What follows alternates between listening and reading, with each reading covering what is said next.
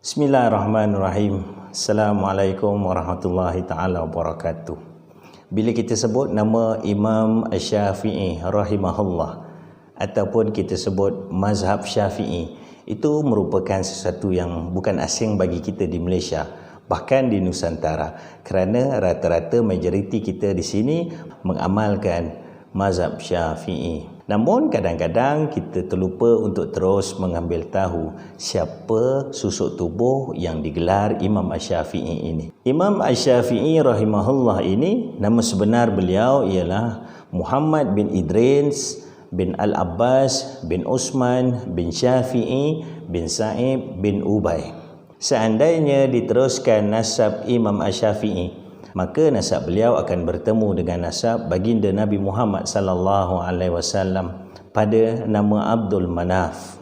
Imam Asy-Syafi'i lahir pada tahun 150 Hijrah. Pada tahun kelahiran Imam Asy-Syafi'i, meninggalnya seorang ulama besar iaitu Imam Abu Hanifah. Maka disifatkan oleh banyak pihak, meninggalnya seorang ulama besar, lahirnya seorang ulama besar yang lainnya. Imam Asy-Syafi'i telah lahir di Gaza, daerah Askalan, Palestin. Namun kedua ibu bapanya bukanlah orang Palestin. Ibu bapanya merupakan orang Mekah yang menziarahi Palestin. Bapa Imam Asy-Syafi'i telah meninggal dunia dan Imam Asy-Syafi'i menjadi anak yatim. Selepas beberapa tahun di Palestin, maka ibunya kembali ke Mekah. Seperti mana kelazimannya sebagai seorang anak yatim yang hanya dibesarkan oleh ibunya, maka Imam Asy-Syafi'i ini disifatkan sebagai seorang anak yang miskin. Walaupun begitu, ibunya sentiasa menitik beratkan soal pendidikan, terutamanya pendidikan agama. Maka pada peringkat awal, Imam Asy-Syafi'i ini telah tinggal bersama dengan Bani Huzail. Bani Huzail ataupun kabilah Huzail ini merupakan orang-orang yang sangat fasih dalam sastra bahasa Arab. Maka Imam Asy-Syafi'i telah mengambil peluang untuk mendalami sastra bahasa Arab bersama dengan mereka, sehingga Imam Asy-Syafi'i menguasai bahasa Arab dengan begitu baik. Bertitik tolak daripada situ, maka Imam Asy-Syafi'i telah melanjutkan pengajiannya dalam bidang-bidang yang lain. Imam Asy-Syafi'i telah mula belajar Al-Quran pada ketika usianya 5 tahun dengan bantuan gurunya iaitu Ismail bin Konstantin. Maka akhirnya Imam Asy-Syafi'i telah hafaz Al-Quran pada usia yang sangat muda, iaitu sekitar usianya 9 tahun. Kerana kemiskinannya, Imam Asy-Syafi'i ini tidak mampu untuk membayar yuran-yuran pengajian di pondok dan tempat-tempat yang lain. Tetapi Imam Asy-Syafi'i begitu bersungguh-sungguh sehingga akhirnya guru-gurunya mengizinkan Imam Asy-Syafi'i untuk mengikuti kelas pengajian secara percuma. Walaupun begitu, Imam Asy-Syafi'i tetap saja tidak mampu untuk menyediakan peralatan seperti pena, kertas dan sebagainya. Dan dia telah mengambil tulang, membersihkan tulang-tulang tersebut, dan tulang ini digunakan untuk menulis. Di samping, beliau telah pergi ke pejabat-pejabat untuk mengambil kertas-kertas terpakai. Imam Asy-Syafi'i begitu cerdik dan cerdas sehingga akhirnya di dalam kelas-kelas yang Imam Asy-Syafi'i ikuti, beliau mampu untuk mengajar rakan-rakannya yang lain. Imam Asy-Syafi'i telah berguru dengan insan-insan yang cukup hebat. Antaranya ialah Mufti Mekah pada ketika itu yang merupakan seorang tokoh besar dalam bidang fiqh dan hadis, iaitu Muslim Al-Khalid Az-Zanji.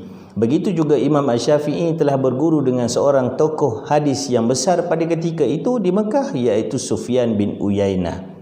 Imam Asy-Syafi'i menyifatkan pembelajarannya dengan Sufyan bin Uyainah seperti ini, iaitu beliau mengatakan, tidak ada lagi hadis yang disebut oleh Sufyan bin Uyainah yang aku tidak pernah dengar. Pada ketika usianya 15 tahun, maka gurunya iaitu Muslim Al-Khalid Az-Zanji telah memberi kebenaran kepada Imam Asy-Syafi'i untuk berfatwa. Pada ketika itu, untuk mengeluarkan fatwa bukanlah sesuatu perkara yang mudah. Ianya perlu mendapat kebenaran daripada guru, dan guru ini akan memastikan bahawa insan ataupun anak murid yang bakal diberikan kebenaran ini telah menguasai beberapa perkara termasuk ilmu fiqh, ilmu Al-Quran, ilmu hadis, ilmu bahasa Arab dengan cukup baik. Dalam perkara yang lain, pada ketika usia Imam Asy-Syafi'i sekitar 10 tahun, beliau telah pun menghafaz kitab Al-Muwatta. karangan Imam Malik. Imam Malik merupakan satu orang tokoh fiqh yang sangat terkenal yang tinggal di Madinah. Hal ini didengari sehingga ke kota Mekah, maka Imam Syafi'i sudah pun memasang impian dan angan-angan untuk berguru dengan Imam Malik. Maka awal-awal lagi kerana ketidakmampuannya untuk membeli kitab, beliau telah meminjam kitab daripada sahabatnya dan telah menghafaz keseluruhan kitab Al-Muwatta pada tempoh 9 malam. Selepas pengajian di kota Mekah, lantas Imam Syafi'i telah memutuskan untuk ke Madinah untuk berguru dengan Imam Malik.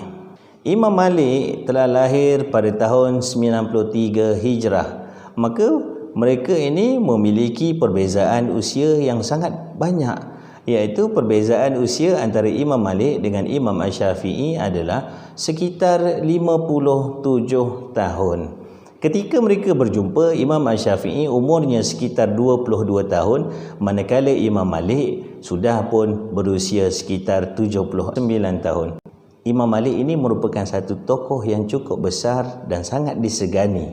Maka satu orang anak muda yang ingin berguru dengannya pun turut merasa gemetar sama ada beliau bakal diterima ataupun tidak. Maka dinyatakan hasrat untuk berguru dengan Imam Malik. Maka dikatakan oleh Imam Malik, nanti akan dibacakan kitab Al-Muwatta kepadamu.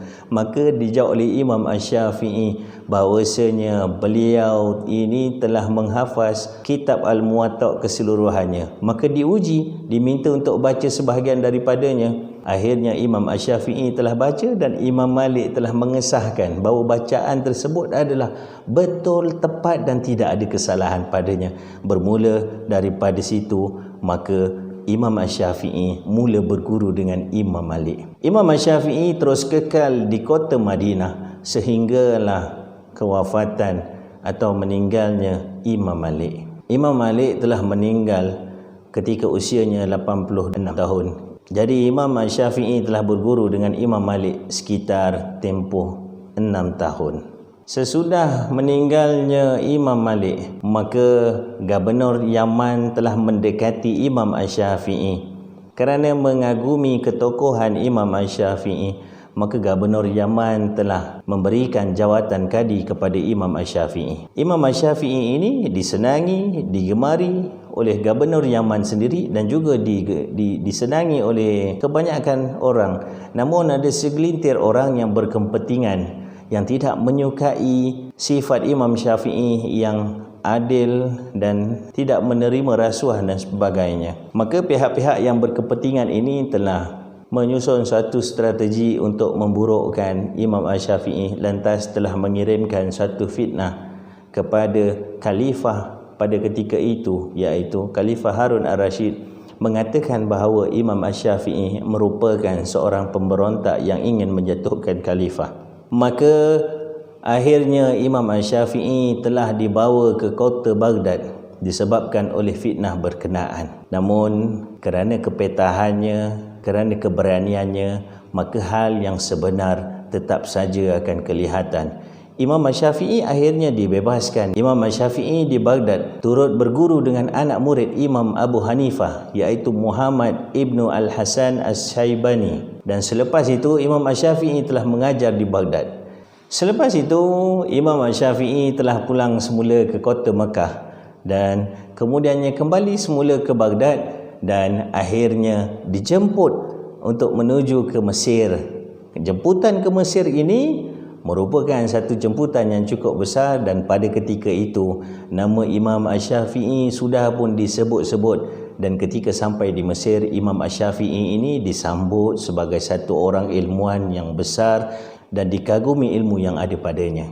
Imam Syafi'i telah kekal berada di Mesir sehinggalah Imam Syafi'i meninggal dunia pada tahun 204 Hijrah di Mesir dan jasadnya telah disemadikan di sana. Begitulah sedikit perkongsian tentang seorang individu yang bernama Imam Syafi'i rahimahullah. Semoga perkongsian ini memberi manfaat kepada kita. Assalamualaikum warahmatullahi taala wabarakatuh.